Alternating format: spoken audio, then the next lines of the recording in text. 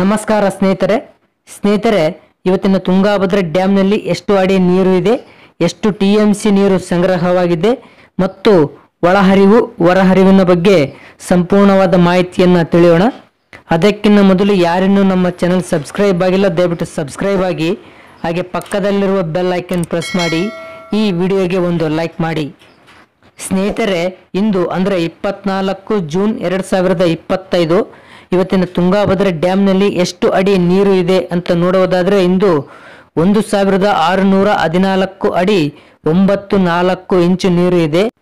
ಇನ್ನು ಟಿಬಿ ಡ್ಯಾಮ್ನ ಗರಿಷ್ಠ ನೀರಿನ ಮಟ್ಟ ಇರೋದು 1633 ಅಡಿ. ಸೊ ಇಂದು ಟಿಬಿ ಡ್ಯಾಮ್ನಲ್ಲಿ 48.27 ಟಿಎಂಸಿ ನೀರು ಸಂಗ್ರಹವಾಗಿದೆ.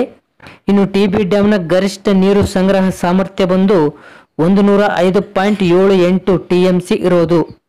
ಸ್ನೇಹಿತರೆ, ಇನ್ನು ಇವತ್ತಿನ ಇನ್ಫ್ಲೋ ಅಂದರೆ ಒಳಹರಿವಿನ ವಿಷಯಕ್ಕೆ ಬರೋದಾದರೆ ಇಂದು 23,366 ಕ್ಯೂಸೆಕ್ ನೀರು ಒಳಹರಿವು ಆಗ್ತಾ ಇದೆ. ಇನ್ನು ಇವತ್ತಿನ ಹೊರಹರಿವಿನ ವಿಷಯಕ್ಕೆ ಬರೋದಾದರೆ ಇಂದು 196 ಕ್ಯೂಸೆಕ್ ನೀರು ಹೊರಹರಿವು ಆಗ್ತಾ ಇದೆ.